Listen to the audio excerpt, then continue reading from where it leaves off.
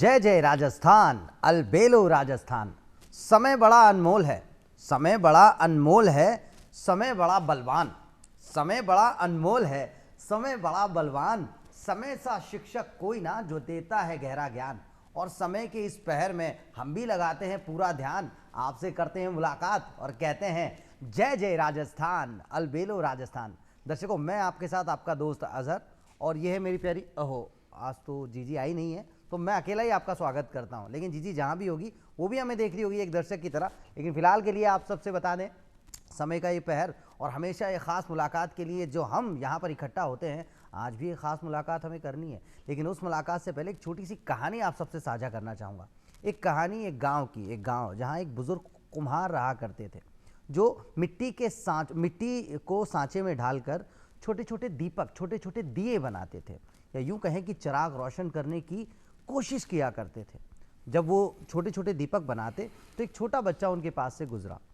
उन्होंने पूछा कि इतना बड़ा जो अंधेरा ये होता है, जो हर रात होता है, आप उसमें ये छोटे छोटे दीपक बनाकर क्या साबित करना चाहते हैं? तो वो कहते हैं कि ये छोटे छोटे दीपक जो है ये अपने किरदार, अपने धर्म, अपने कर्म को लगातार निभाते हुए चलते हैं। ये जलते हैं और रोशनी पैदा करते हैं। तो उसका ये कहना था कि ये एक सतत प्रक्रिया है, इस प्रक्रिया को जानना मानना बड़ा ज़रूरी है।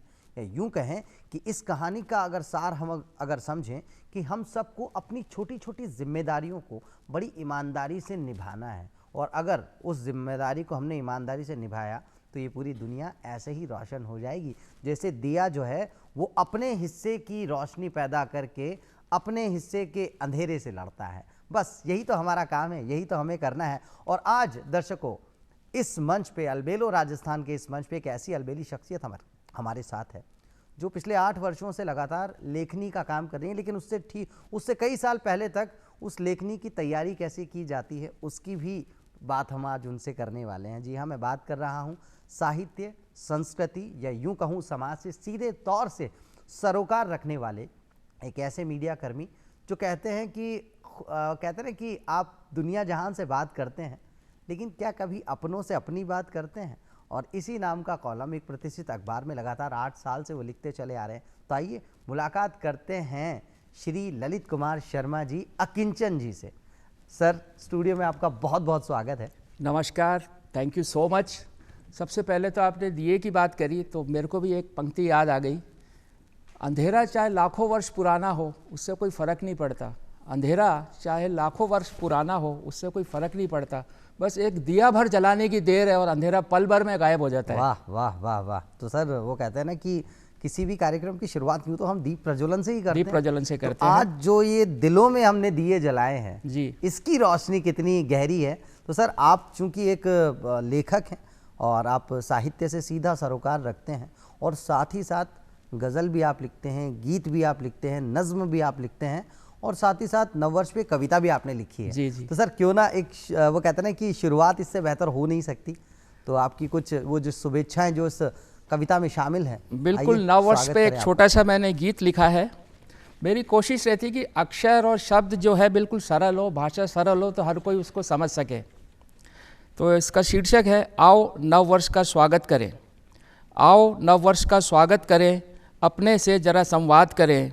आओ नववर्ष का स्वागत करें, अपने से ज़रा संवाद करें। भूले बिछड़ों को याद करें, रूठों की मनुहार करें, रूठों की मनुहार करें। आओ नववर्ष का स्वागत करें, अपने से ज़रा संवाद करें। खान पान का ध्यान करें, उचित आहार उचित विहार करें। व्यायाम प्राणायाम का अभ्यास करें, शील संयम सदाचार का व्रत करें।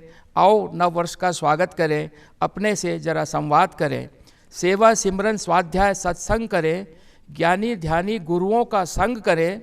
शांति को ना अपनी भंग करें, प्रेम प्यार खुशी आनंद दुगना करें। खाने को आधा वादों को पूरा करें। आओ नववर्ष का स्वागत करें, अपने से ज़रा संवाद करें, अपने से ज़रा संवाद करें। क्या बात है, क्या बात है। खाने को आधार पूरा करना है हर वादा, या और ऐसा ही वादा हम भी अपने दर्शकों से करते हैं हर रोज़ उनसे मुलाकात करने का। और फिलहाल ये वादा आप और हम मिलकर निभाने वाले हैं। बिल्कुल तो बिल्कुल। सर, कहते हैं कि ये ज़िंदगी तो बड़ी खूबसूरत है, ज़िंदगी तो बड़ी खूबसूरत है, बस तुझसे ज़रा दोस्ती की ज़रूरत है। और जब हम ज़िंदगी से दोस्ती करते हैं या यूँ कहें जीवन दर्शन को समझने का प्रयास करते हैं जी, तो बहुत सारे विचार उत्पन्न होते हैं। बिल्कुल। क्योंकि आप एक लेखक हैं और मुझे लगता है लेखनी या किसी भी तरह की कला का जो सबसे पहला आधारशिला अगर मैं कहूँ, वो बुनियाद कहूँ, तो वो होता है विचार।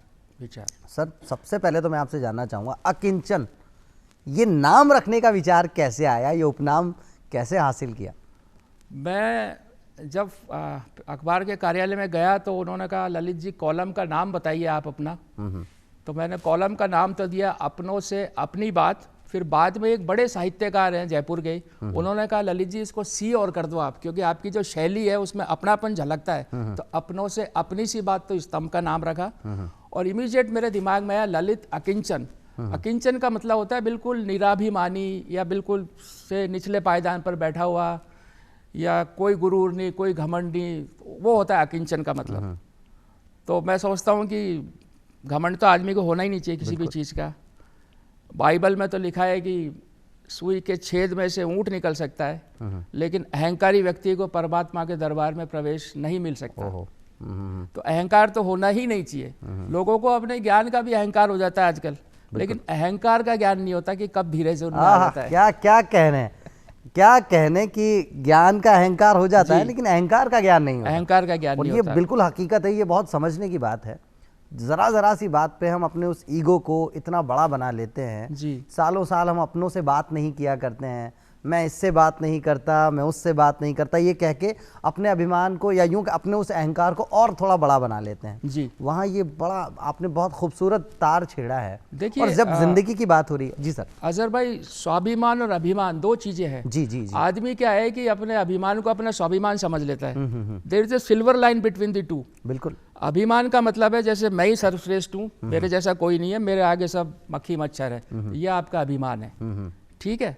आपका स्वाभिमान क्या है कि नहीं भाई, मैं जैसे ब्राह्मण कुल में पैदा हुआ हूँ तो मैं गलत हरकत नहीं करूँगा, मैं ड्रिंक्स नहीं करूँगा, मैं मीट मच्छी नहीं खाऊंगा, मैं झूठ नहीं बोलूँगा, ये सब मेरा स्वाभिमान है। लेकिन साथ ही आप भी श्रेष्ठ हैं, आपका धर्म भी श्रेष्ठ है, आप भी अच्छा कार्य कर रहे हैं, मैं ही नहीं आप भी है, तो ये स्वाभिमान है। मतलब अपने सिद्धांतों से समझौता नहीं करना, ये तो स्वाभिमान है। और अभिमान अपने ही अपने को सब कुछ समझना, ये अभिमान है। क्या बात है सर। वो कहते भी है ना दुआ लगे ना दवा लगे, जिसको मैं की हवा लगे। वाह। तो उस मैं की हवा से बिल्कुल बचना चाहिए। बिल्कुल बचना चाहिए। और एक क्या खूबसूरत शेर भी है कि इरादे आसमां पे लहजा ज़मीं पे रखा। वाह। इरादे आसमां पे लहजा ज़मीं पे रखा, हमने कोशिश अपने हाथ और कामयाबी को उसके यकीन पे रखा। तो ज़िंदगी भी यही है कि जब हम यकीन करें तो ऊपर वाले पर करें, और इस रिश्ते को इस सलीके से निभाएं जो रिश्ता ऊपर वाला निभाता है ना हमारे साथ में। और क्या कहता है कि आप अपना सतत कर्म करते रहिए, फल की इच्छा भी मत कीजिए, गीता का सार हमें कहता है। लेकिन साथ ही साथ जब हम कहते हैं ना, हम चूंकि मनुष्य हैं, मानव है, इंसान है, हमारे भीतर आता है कि हम फल की इच्छा भी करते हैं। लेकिन साथ ही साथ जो आपने कहा कि मैं श्रेष्ठ हूँ लेकिन मैं ही श्रेष्ठ हूँ, इन दोनों में जो फ़र्क है, इस फ़र्क को समझ के चलना है। श्रेष्ठ अगर कोई है, सर्वश्रेष्ठ कोई है, तो वो हमारा परवरदिगार, पाक परवरदिगार ईश्वर खुदा है। तो बस हम उसकी सर्वश्रेष्ठ रचना है। तो हमें हमेशा वो याद रखना चाहिए, जैसा कि आपने बताया कि बुराइयों से अपने आप को कैसे आप दूर रख सकते हैं। सर यहाँ मैं आपसे सबसे पहले जो एक लेखक से सवाल होना चाहिए वही पूछना चाहूँगा, लेखनी की शुरुआत कहाँ से हुई या कब लगने लगा कि हाँ मुझे लिखना चाहिए? मैं आता हूँ इस पे। उससे पहले मैं की बात एक दोहा सुना देता हूँ। अरे सर बिल्कुल स्वागत। बकरी मैं करे, बकरी मैं करे, गले छुरी फिर वाय, मैना करे, सबके मन को भाए। वाह। मैना जो मैना कोयल होती है, सबको प्यारी लगती है, और बकरी मैं करती गले पे छुरी फिरती है। तो ये इसका लाइटर वर्जन है, बट इसमें गहरी बात छुपी है। जी। अब आप पूछिए लेखन की शुरुआत। लेखन की शुरुआत कैसे हुई सर? मतलब अखबार में या कैसे? सर विधिवत जो आप एक कह सकते हैं ना कि अपने आप को जब आपने परिभाषित करना शुरू किया कि मैं एक लेखक हूँ, वो शुरुआत कहाँ से हुई? देखिए, पहले तो मैं अखबार से पहले फेसबुक पे लिखता था। जैसे कोई भी व्यक्ति मुझे अच्छा लगा, किसी के अंदर कोई क्वालिटी है, कोई अच्छा कार्य कर रहा है या कोई अच्छा इवेंट हुआ, उसको मैं फेसबुक पे लिखता था। फिर एक बार क्या हुआ कि जिस अखबार के लिए मैं लिखता हूँ, मैं उनको फ़ोन करता था तो वो अपने रिपोर्टर भेज देते थे, सर ये प्रोग्राम कवर करना है, इसकी न्यूज़ लगानी है, तो वो न्यूज़ लगाते थे। तो as a to pay them gratitude, उनका शुक्रिया अदा करने के लिए मैंने उनको एक मेल किया। और मेल में मेरे से पता नहीं कैसे लिखने में आ गया, मैंने लिखा है कि जैसे एक माँ सबका ख्याल रखती है, माँ का जो ख्याल रखे वो असली बेटा है। वाह। मैंने अखबार सबके ऊपर लिखता है, आज अखबार के ऊपर कोई लिखे तो कोई बात है। फिर मैंने उनके अखबार की पूरी हिस्ट्री, कैसे शुरू हुआ, किसने शुरू किया, वो सारी मैंने लिखी। फिर उनसे मैं मिलने गया, उनके जो डायरेक्टर यहाँ बैठते हैं 2-3 महीने बाद, वैसे ही किसी काम से। तो उन्होंने कहा ललित जी आप बहुत बढ़िया लिखते हैं, आप ऐसा करो आप हमारे लिए लिखिए, हम आपको कॉलम देते हैं। तो मैंने कहा नहीं सर, मैं कोई राइटर थोड़ी हूँ, मैं कोई वो थोड़ी हूँ। कहा नहीं आप लिखिए यार, आप बहुत बढ़िया लिखते हैं, आप दिल से लिखते हैं बिल्कुल। तो उन्होंने मुझे कॉलम दिया। तो उनका नाम बताओ कॉलम का, मैंने नाम बताया, अपनों से अपनी बात। तो शुरू में मैं 250 शब्दों में लिखता था, अब तो 300 तक चला जाता है। तो ऐसे करके वो उन्होंने एडिटोरियल पेज पे लगाया, जो कॉमन होता है, 6-7 जगह से अखबार निकलता है, वहाँ सब जाता है। तो इस तरह से धीरे धीरे शुरुआत हो गई लिखने की। फिर over a period of time लोगों ने कहा कि ललित जी आपकी एक बुक भी आनी चाहिए। तो जैसे अखबार तो किसी ने पढ़ा, किसी ने नहीं पढ़ा। तो मेरे जो आर्टिकल्स थे उनको एक जयपुर के अपने संपादिका हैं डॉक्टर कृष्णा रावत, उन्होंने कहा ललित जी आप मुझे दीजिए आपके आर्टिकल, मेरे पास संकलित है सारे, करीब 2100-2200 आर्टिकल है 7 साल के। उन्होंने उसमें से चुनिंदा छाट कर उसको बुक फॉर्म में दे के इस तरह से ये बुक आई और एक विधिवत लिखने की शुरुआत हो गई। उसके बाद फिर मैंने ऑटोमोबाइल्स पे लिखा, चूँकि मैंने ऑटोमोबाइल्स पे 17-18 साल काम किया होंडा कार कंपनी में। कार काउंसलर, तो कार काउंसलर के नाम से मैंने एक कॉलम शुरू किया।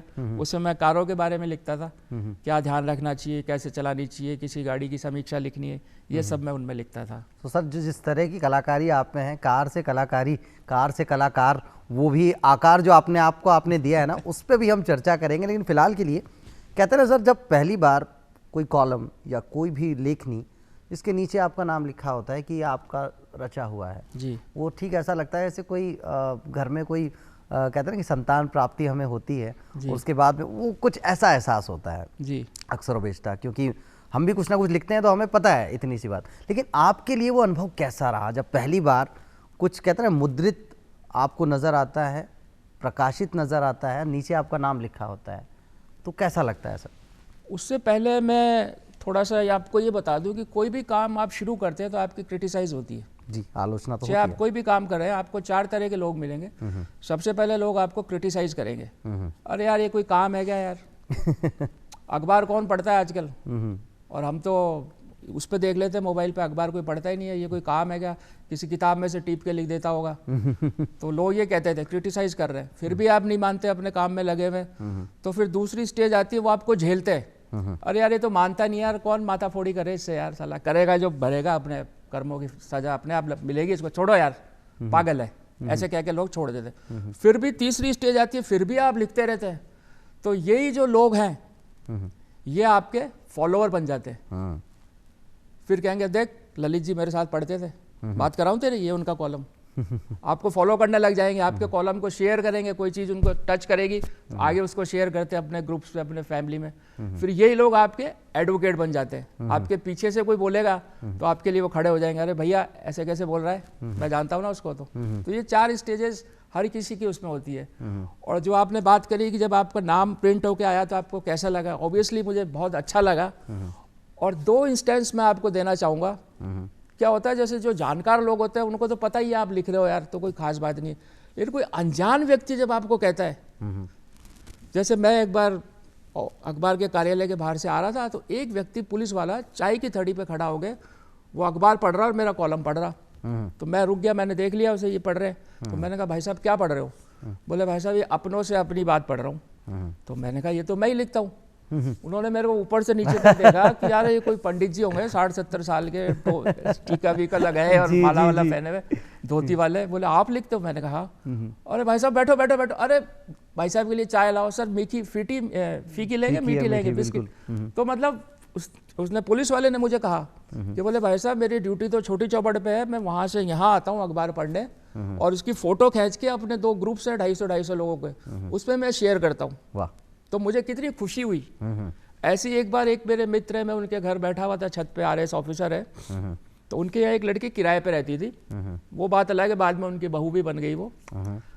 तो उन्होंने उन लड़की को बुलाया कि बेटा ये ललित अंकल है, ललित अंकिंचन के नाम से, ये अखबार में लिखते हैं रोज दैनिक नवज्योति में।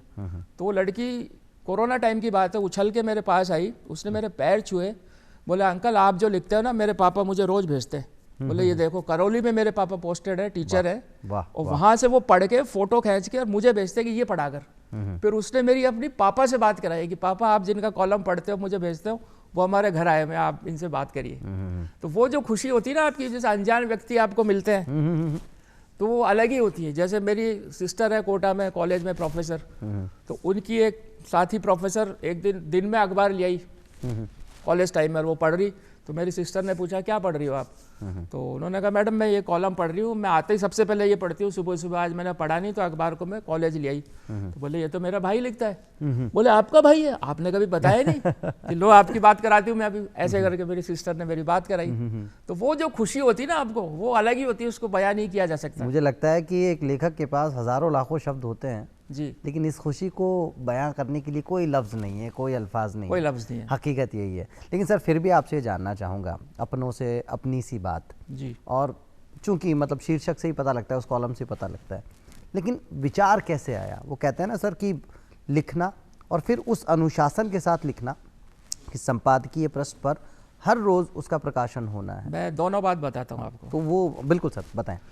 सबसे पहले तो मैं बचपन में मेरे दादा दादी के साथ रहा, हर छुट्टियों में हम जाते थे। तो दादाजी बड़े आध्यात्मिक और बड़े लिटरेरी पर्सन थे, सूर कबीर के दोहे, शेरो शायरी, उर्दू इंग्लिश सब जानते थे। तो उनके पास बैठते थे तो मुझे उनके दोहे और वो सब याद होने लग गए, कोट्स वगैरह। भगवान ने मुझे ये वो दिए कि मेरे को, मैं 5 साल का था तब की बात मुझे याद है। और मैंने कोई किताब पढ़ ली और मुझे उसमें कोई लाइन अच्छी लगी तो मैं उसको याद कर लूँगा, चाहे 10 साल बाद भी मुझे पूछो मैं बता दूंगा उसे। तो वो मेरी यादगारी है। प्लस मेरे पास हिंदी लिटरेचर रही, इंग्लिश रही।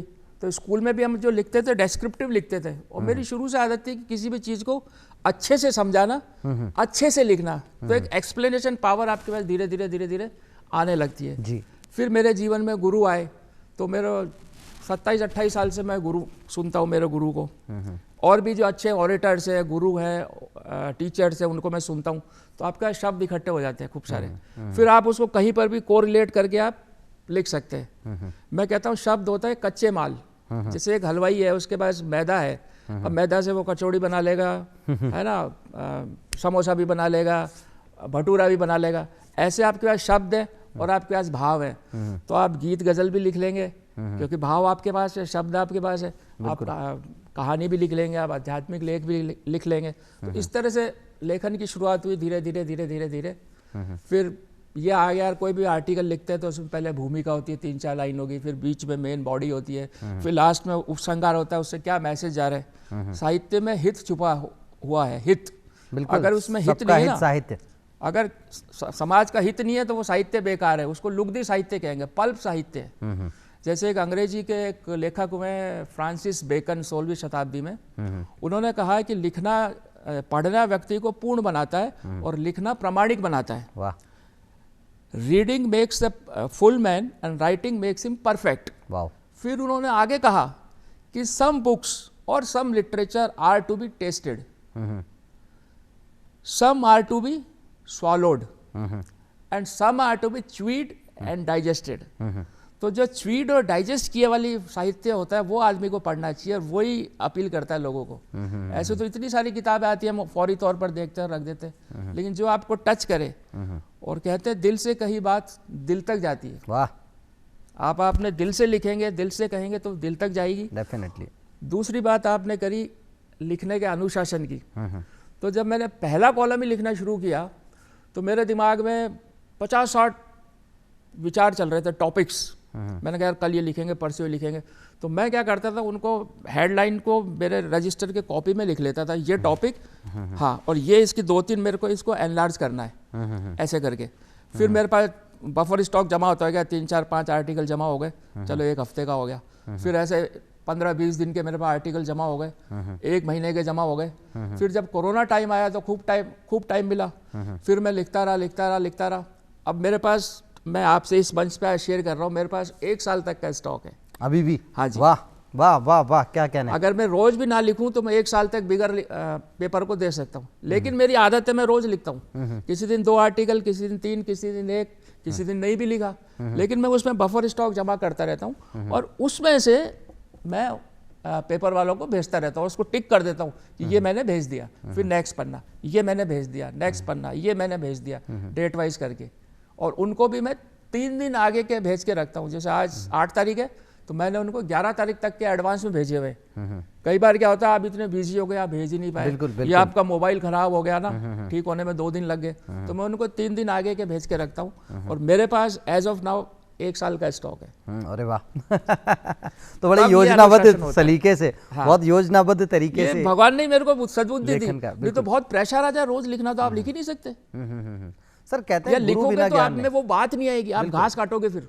बिल्कुल सर, कहते हैं गुरु बिना ज्ञान नहीं। और मैंने प्रोग्राम की शुरुआत में कहा, सबसे बड़ा शिक्षक समय होता है। बिल्कुल। वो समय जो है वो अलग अलग अपने चरणों में आपको कुछ ना कुछ सिखाता है, बताता है। शुरुआत जैसा कि आपने बताया कि वो दादी नानी की कहानी, वो भी कहीं ना कहीं एक लेखक के लिए उतनी ही कारगर होती है। बिल्कुल बिल्कुल। जितना आप किसी पुस्तक को आप पढ़कर आप उठते हैं, तो वो कहते भी है ना कि जब आप अनुभवी व्यक्ति के सानिध्य में बैठते हैं तो वो ठीक ऐसा ही है जैसे किसी पुस्तकालय से कोई एक पुस्तक आप पढ़ के उठे हो। मुख्तसर सी मुलाकात भी वो असर रखती है। तो सर मैं भी आपसे ये जानना चाहूँगा कि विधिवत जो गुरुजन आपको मिले, क्योंकि आज मंच है, इस मंच के माध्यम से उन गुरुजनों की जो कहते हैं कि सहभागिता, उनका वो कहते हैं कि सहयोग जी, उसे भी सेलिब्रेट किया जाए, उसे भी उत्सव की तरह बनाया जाए। तो गुरुओं का क्या भूमिका रही गुरु की, या किसे आप अपना गुरु मानते हैं? देखिए 2 बात है।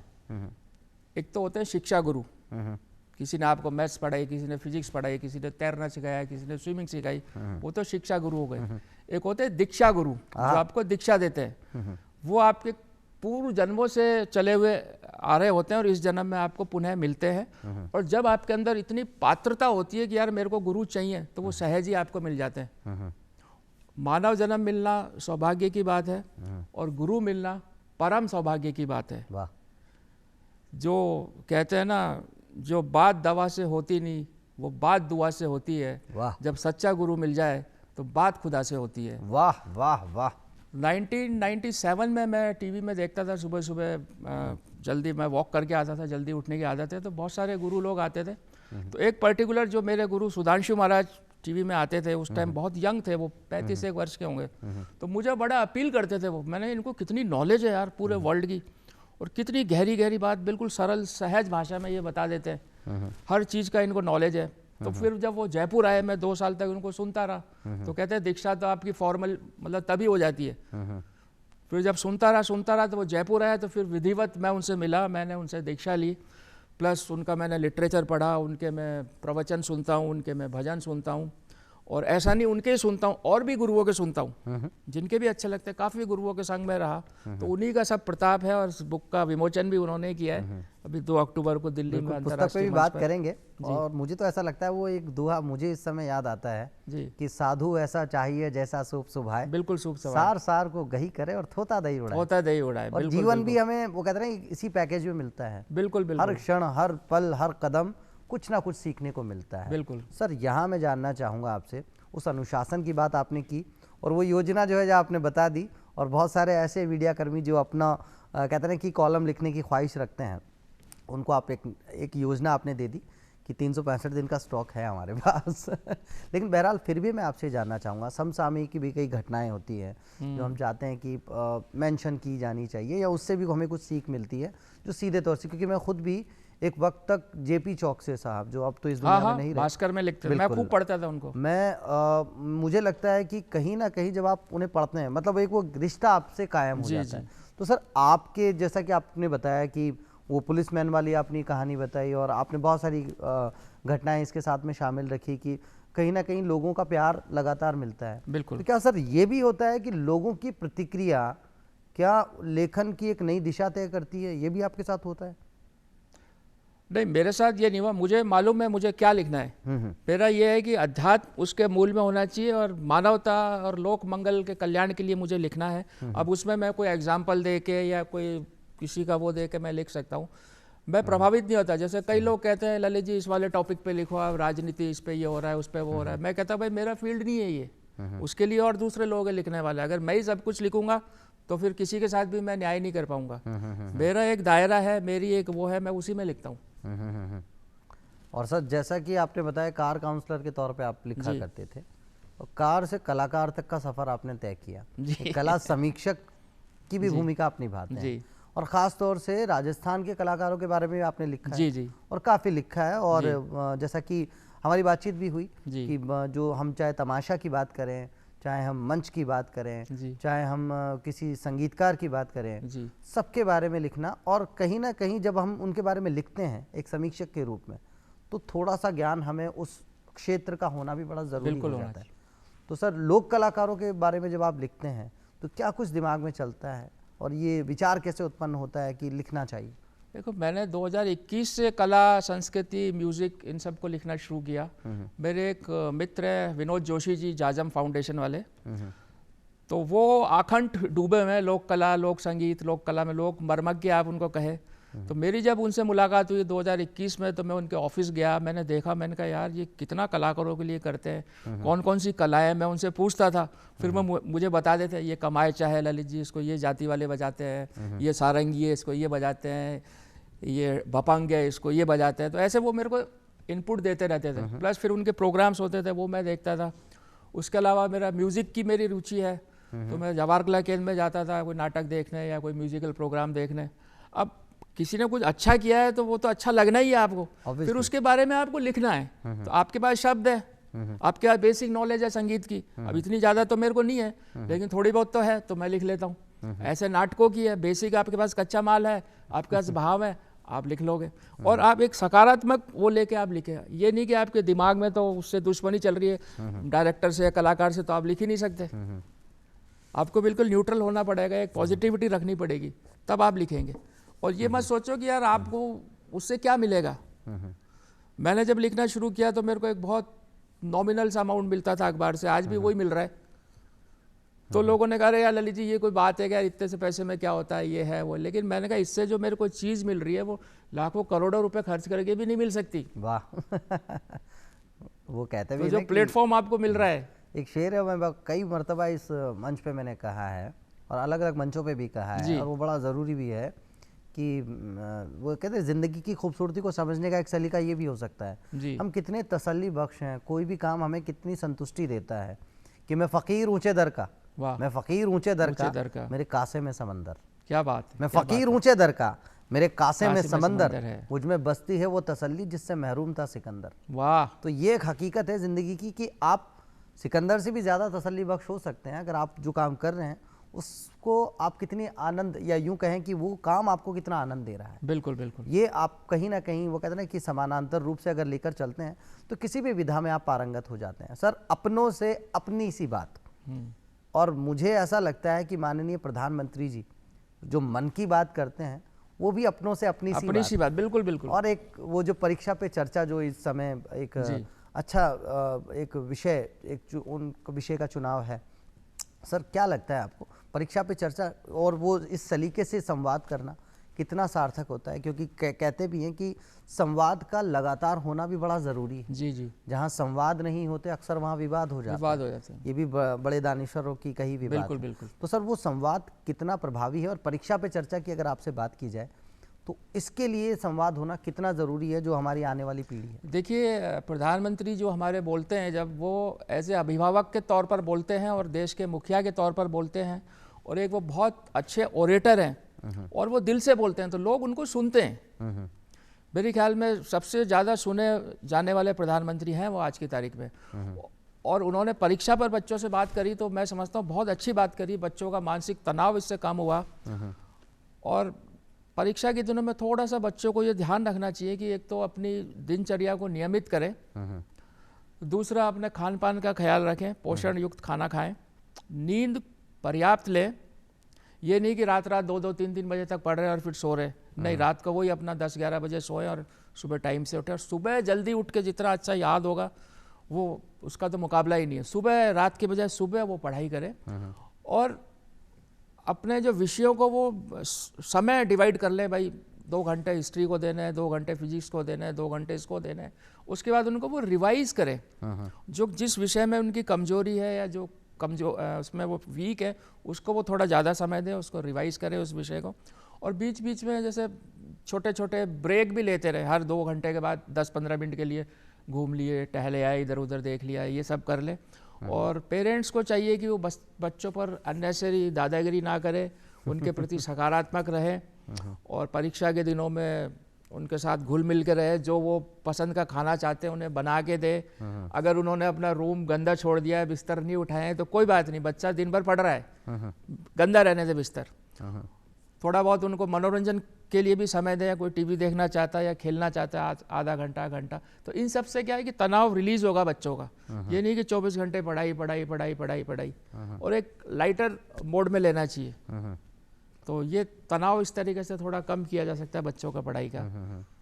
और सर ये भी अपनों से अपनी सी बात है, और प्रधानमंत्री जी, माननीय प्रधानमंत्री जी ने भी ये बात बिल्कुल इसी सकारात्मकता के साथ रखी है, और जीवन में इस सलीके से जो प्रेरणा देने का कार्य वो कर रहे हैं, अपने आप में बहुत बड़ी बात है। बहुत बड़ी तो सर मैं भी आपसे ये कहना चाहूँगा कि प्रेरणा देने की जब बात की जाती है जी, तो मुझे प्रेरणा पुंज याद आती है, और ये प्रेरणा पुंज की एक प्रति मेरे पास है, अपनों से अपनी सी बात।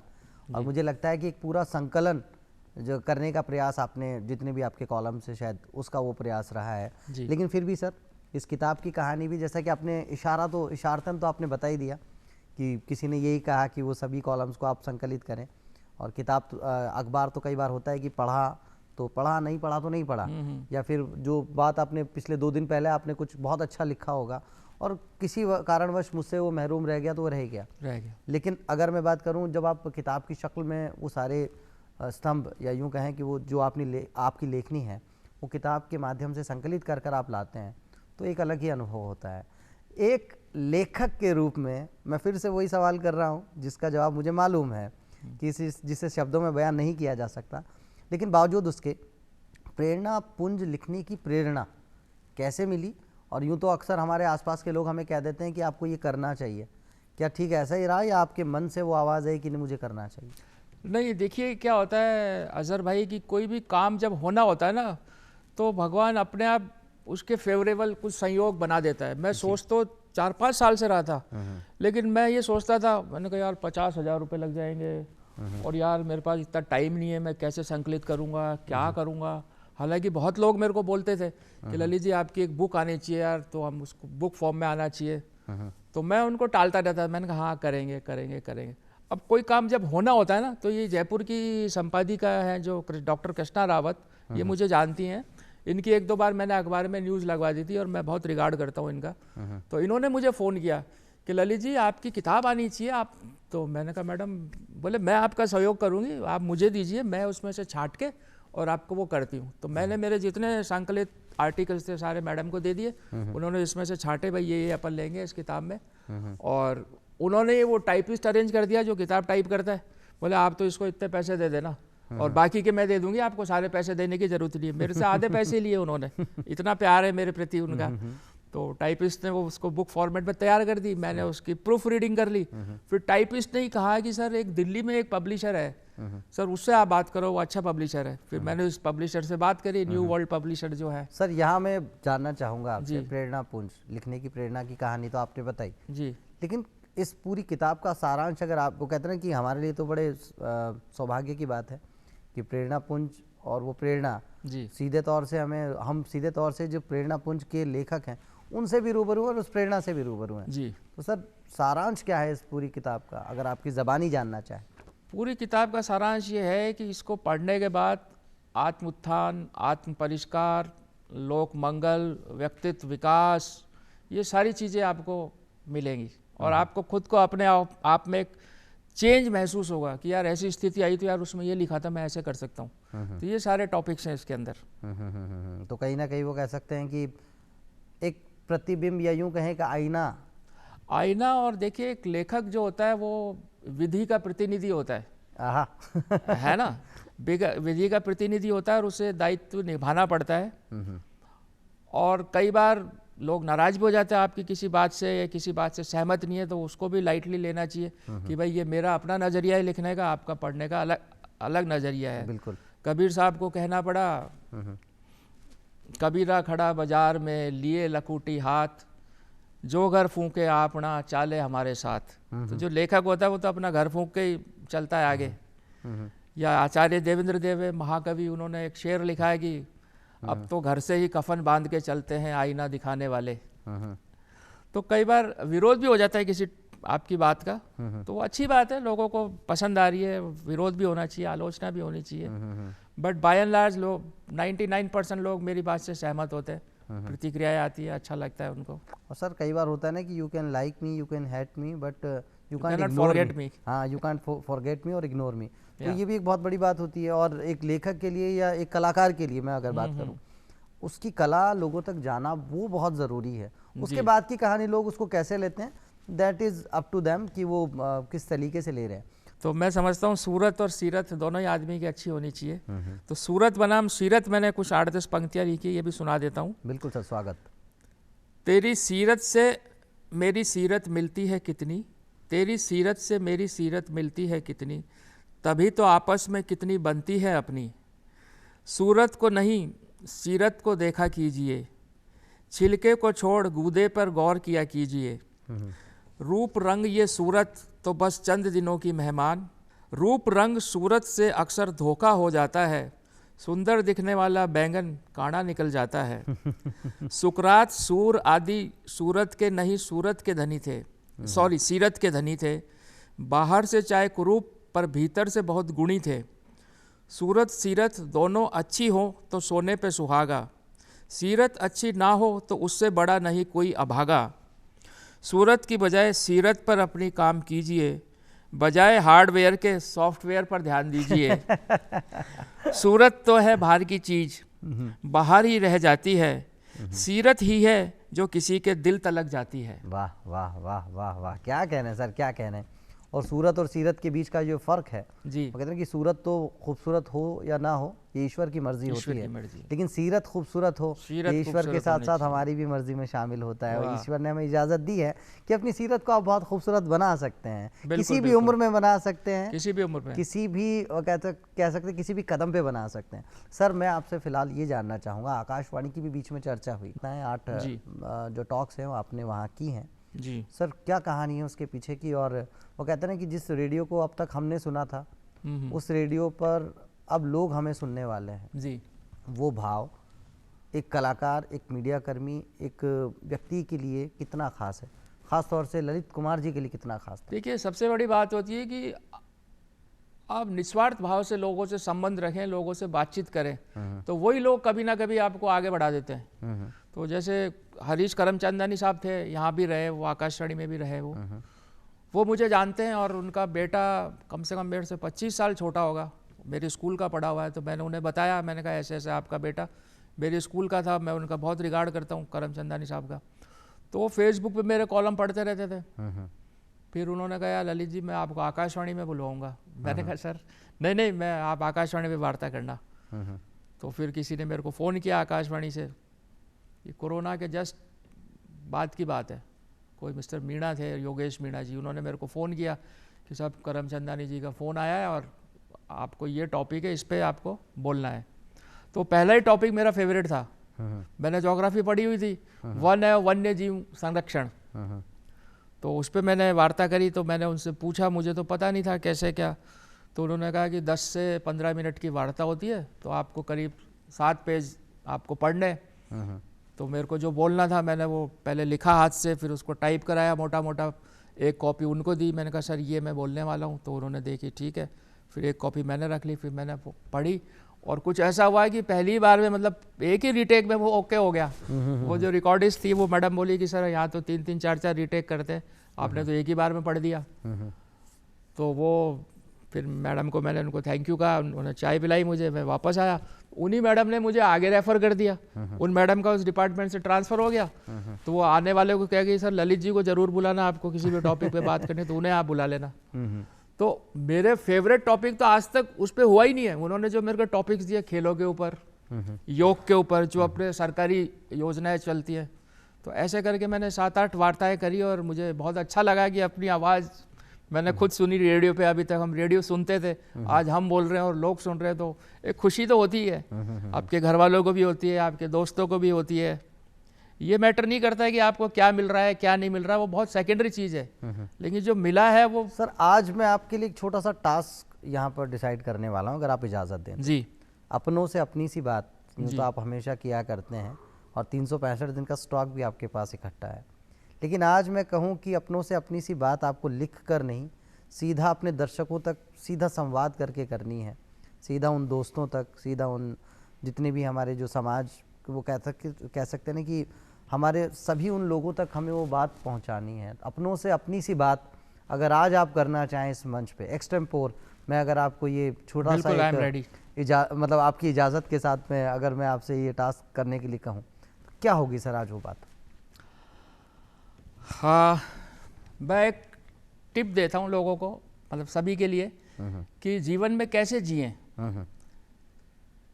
एक शिष्य अपने गुरुजी के पास गया, बोले गुरुजी ये बताओ कि जीवन में हमें क्या करना है, कैसे जिया जाए। तो गुरुजी ने कहा बेटा इधर आ, पहले तेरा माथा देखूं मैं, तेरा जीवन भी बाकी है कि नहीं है। गुरुजी ने उसका माथा देखा और बोला कि तेरा तो जीवन 7 दिन ही बाकी है, 7वें दिन तेरी मौत है, अब तू कहे तो मैं बताऊं तेरे को। तो वो चेले ने कहा कि नहीं साहब, फिर तो 7 दिन में सारा काम निपटाऊं दुनियादारी का। वो भागता दौड़ता गया, अपने काम निपटा रहा है। उसके मन में आया यार 7 दिन में तो मर जाना है, अब जिन जिन से झूठ बोला, जिन जिन से लड़ाई करी, उनसे माफ़ी मांग लो। उनके पास गया, उसने माफ़ी मांग ली, अब भाई साहब माफ़ करना। उन्होंने भी कहा भाई जब तू ही आगे होके आ गया तो हम कौन से छोटे बाप के, हम भी इतने गए गुजरे नहीं है। उन्होंने भी गले लगा के माफ़ कर दिया। जिन्होंने बेईमानी करी थी उनको साफ साफ बता दिया भाई साहब माफ़ करना, मेरे से गलती हो गई, उन्होंने भी माफ़ कर दिया। ऐसे करके उसका मन थोड़ा हल्का हो गया। और उसने अपनी वाइफ को कहा 6ठे दिन, इसको मालूम था मेरी तो मौत है, वाइफ को कहा कि भाई ऐसा है, अब मेरी तो यात्रा का मोड़ मुड़ रहा है, तू भी भगवान का सहारा ले और मैं थोड़ा ध्यान में बैठता हूँ। 7वें दिन की बात, वो ध्यान में बैठा। अब उसको मालूम था सूर्यास्त होने वाला है, 7वां दिन खत्म और तेरी मौत हो जाएगी, तो ध्यान कर रहा है। लेकिन ध्यान करते करते उसके दिमाग में आया कि एक बार गुरुजी से चल के दोबारा पूछे यार। तो वापस गया कि गुरुजी कैसे जीना है, वही सवाल जो पहले दिन किया था। तो गुरुजी ने कहा बेटा ये बता तेरे ये 7 दिन कैसे गुजरे। बोले साहब बहुत अच्छे गुजरे। बोले भगवान याद रहा। बोले भगवान ही याद रहा, उसके अलावा तो कोई याद था ही नहीं, क्योंकि सामने मौत थी।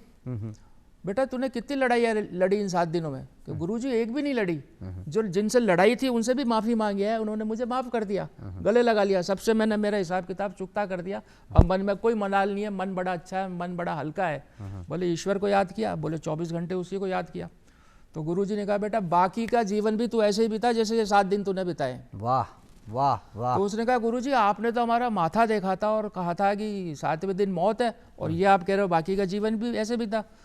तो बोले गुरुजी बोले बेटा वो तो तुझे मैंने समझाने के लिए बताया था, नहीं ऐसे आदमी मानता कहाँ है, तुझे ढंग से समझा दिया मैंने, अब तुझे पक्का याद हो गया। तो बोले जा बाकी का जीवन भी ऐसे ही जी। तो मैं समझता हूँ हम सबको इस स्टोरी से लेसन लेना चाहिए और इस तरह से अपना जीवन जीना चाहिए। ईश्वर को हमेशा याद रखें। कह सकते हैं कि अपनों से अपनी सी बात इस सलीके से रखना, ये भी बड़ी कमाल है।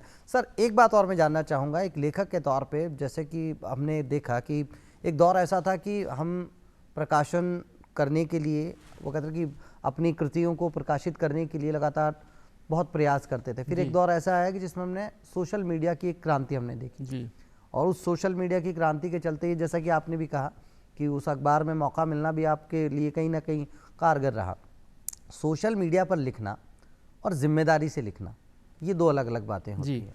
सर मैं आपसे ये जानना चाहूँगा कि सोशल मीडिया पर लिखते समय किन बातों का ख्याल रखना चाहिए और वो जिम्मेदारियाँ कितनी आप में होनी चाहिए? क्योंकि जब आप किसी समूह या किसी व्यक्तिगत या यूँ कहें कि ऐसे उपक्रम के लिए आप लिखते हैं, तो वहाँ तो कहीं ना कहीं आप पे वो होता है ना कि बहुत सारे जो नियम होते हैं वो आप पे सीधे तौर से लागू होते हैं। लेकिन जब आप सोशल मीडिया पे लिखते हैं तो आप बिल्कुल आज़ादाना ख्याल के रूप में लिखते हैं, तो वहाँ किन बातों का आपको ख्याल रखना चाहिए?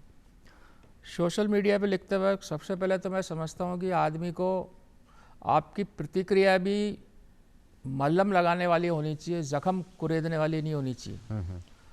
और जब तक आपको उस बारे में मालूम नहीं है आप अपनी प्रतिक्रिया मत दीजिए। लोग बाग क्या देखा देखी उसने ये लिखा वो भी लिख देता, वो भी लिख देता, वो भी लिख, जरूरत ही नहीं लिखने की। आपके फील्ड से जो रिलेटेड है, आपका जो क्षेत्र है उससे रिलेटेड कोई पोस्ट है उस पर आप लिखिए। सबकी में आप क्यों लिख रहे हैं? अरे मैं शास्त्रीय संगीत को समझता ही नहीं और मैं उसमें अपनी टांग अड़ा रहा हूँ, अपनी तरफ से 4 वो लिख रहा हूँ कि बिल्कुल बेकार गाया, अच्छा नहीं गाया। अरे भाई मेरे खुद को ही नहीं पता। तो हर किसी पे कमेंट नहीं करना चाहिए। और अगर आप खुद कोई पोस्ट लिखे तो उससे कोई सकारात्मक पोस्ट होनी चाहिए, उससे कोई अच्छा मैसेज जाना चाहिए। ये नहीं कि हमेशा नेगेटिव और क्रिटिसाइजिंग और ये सब नहीं होने चाहिए। मैं तो रोशनी की तलाश में रहता हूँ, अंधेरे कोनों में मेरी नज़र नहीं जाती। हालांकि लोग बहुत कहते हैं ललित जी ये हो रहा है वो हो रहा है, ये लिखो वो लिखो। सर जिस रोशनी की तलाश की बात आप कर रहे हैं, आज अगर मैं आपसे पूछना चाहूँ अब वो जो रोशनी की तलाश है वो कहाँ तक पहुँची है और क्या कुछ और हासिल करना है, आपकी ज़बानी जानना चाहूँ तो? अभी तक ऐसा तो मैंने कुछ ऐसा सोचा नहीं, मैं कभी भी नहीं सोचता, जो भी जीवन में आता है नॉर्मली मैं लेता हूँ उसको। जैसे मेरे बच्चे, मेरी वाइफ, ये हमेशा मुझे कहती है आपको तो कोई खुशी नहीं हो रही। अरे भाई खुशी क्या है, या कोई बात हो गई तो आपको तो कोई फ़र्क ही नहीं पड़ रहा। मैं एक उसको कहते हैं वो सम स्थिति में रहता हूँ, स्थित प्रज्ञ। बहुत ज़्यादा खुशी नहीं होता, बहुत ज़्यादा गम में भी मैं नहीं जाता। मैं कभी कोई टारगेट सेट नहीं करता, अपने आप दूरदर्शन आ गया, कभी सोचा ही नहीं था कि दूरदर्शन भी आएंगे, अपने आप आ गया। आकाशवाणी अपना काम रहता है, आकाशवाणी ने बुला लिया, किताब आ गई। अब इसका सेकंड वॉल्यूम लेके आएंगे जल्दी किताब का। तो सर मुझे ऐसा लगता है कि पूरे जीवन की कहानी का अगर सारांश अगर लिया जाए तो मुझे तो वो गीत याद आता है, गम और खुशी में फ़र्क ना महसूस हो जहाँ, मैं दिल को उस मकाम पे लाता चला गया।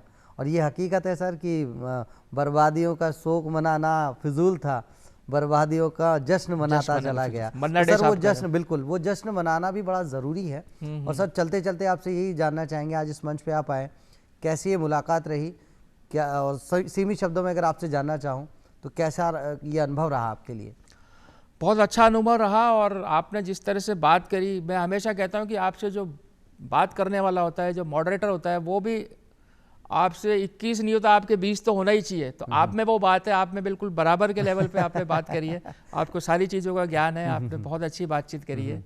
बहरहाल सर वो कहते हैं कि मन तो नहीं कर रहा, लेकिन घड़ियाल बाबू फिलहाल इशारा दे रहे हैं। हाँ, समय का तो बिल्कुल पालन करना ही होगा। आपका पहले तो हम बहुत बहुत धन्यवाद ज्ञापित करना चाहेंगे, आप इस मंच पे आज आप आए, आपने अपना बेशकीमती वक्त हमारे लिए निकाला। बस और साथ ही साथ जी सर, दर्शकों के लिए 2 लाइन कहना चाहूँगा। बिल्कुल सर, स्वागत है आपका। लबों पर हंसी की बहार रखना, लबों पर हंसी की बहार रखना, जिंदगी को गुलो गुलजार रखना, जिंदगी को गुलो गुलजार रखना, गम के साये में कदम भटक ना पाए, खुद पर इतना एतबार रखना, खुद ना इतना एतबार रखना। तो खुद पर एतबार भी होगा और जिंदगी गुले गुलजार भी होगी। और फिलहाल एक ऐसा ही गीत आपको हम सुनाने वाले हैं, आपके साथ साथ तमाम दर्शकों को भी। तो आइए दिखाने वाले हैं आपको वो गीत, और वो गीत सुनते हैं, देखते हैं, और उसके बाद दर्शकों से विदा भी लेते हैं और दर्शकों से फिर अगले अंक में करेंगे मुलाकात। तब तक के लिए बस बहुत बहुत धन्यवाद आप सभी का भी। और फिलहाल गीत को एंजॉय करते हैं, आनंद लेते हैं इस गीत का।